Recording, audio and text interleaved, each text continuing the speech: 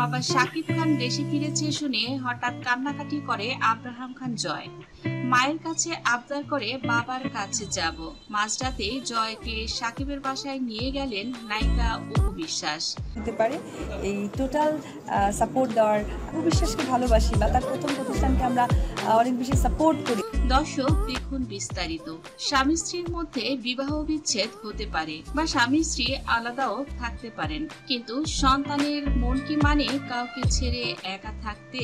আর এদিকে বাবা মা, তারাও কিন্তু চায় না সন্তান তার চোখের আড়াল হোক। বাবা মায়ের বিচ্ছেদের পর ছোট্ট সন্তানটি সাধারণত মায়ের কাছেই থাকে।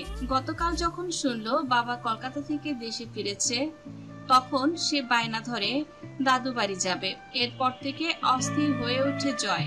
কোনোভাবেই মানানো যাচ্ছিল না আব্রামকে। মাঝরাতে নায়িকা অপু বিশ্বাস সন্তানকে জিজ্ঞেস করলো, এখন আমি কি করতে পারি? তুমি কি কোথাও যেতে চাও? আমি বুঝছি না তুমি কেন এমন করছো। আব্রাম বলল, হ্যাঁ, আমাকে এখনই তুমি নিয়ে যাবে। আমি দাদুর কাছে যাব। পাপা এসেছে আর দাদুমণিকে আমি অনেকদিন দেখি না। তুমি আমাকে এখনই নিয়ে যাবে। এত রাতে তো ওরা সবাই এখন মনে হয় ঘুমিয়ে গেছে। ওদের কি এখন ঘুম নষ্ট করাটা ঠিক হবে? আব্রাম বলে, না, ওরা কেউ ঘুমায়নি, আমি জানি। তুমি আমাকে নিয়ে চলো। সন্তানের মন খারাপ অপু বিশ্বাস কখনোই মেনে নিতে পারে না। বাধ্য হয়ে সন্তানকে নিয়ে তিনি মাঝরাতে ছুটে গেলেন।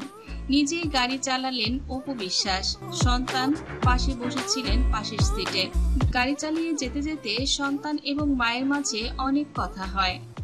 আব্রাম বলে, মাম্মা, তুমি শুধু বলো দাদি বিজি থাকে। দাদি তো একটুও বিজি থাকে না। দাদি সবসময় আমাকে নিয়েই ভাবে, আমার কথাই শুধু বলে। আমাকে দাদুমণি অনেক বেশি ভালোবাসে। তুমি দেখো, আমরা যখন ওই বাড়িতে যাব, আমাদের দেখলে দাদুমণি কতটা খুশি হয়। অপু বিশ্বাসও জানে সন্তান আব্রাম এই কথাটি মিথ্যা বলেনি। শাকিব খানের মা যতই অসুস্থ থাকুক না কেন, আব্রামের মুখটি দেখলে তিনি মনে হয় পুরোপুরি সুস্থ হয়ে গেছেন।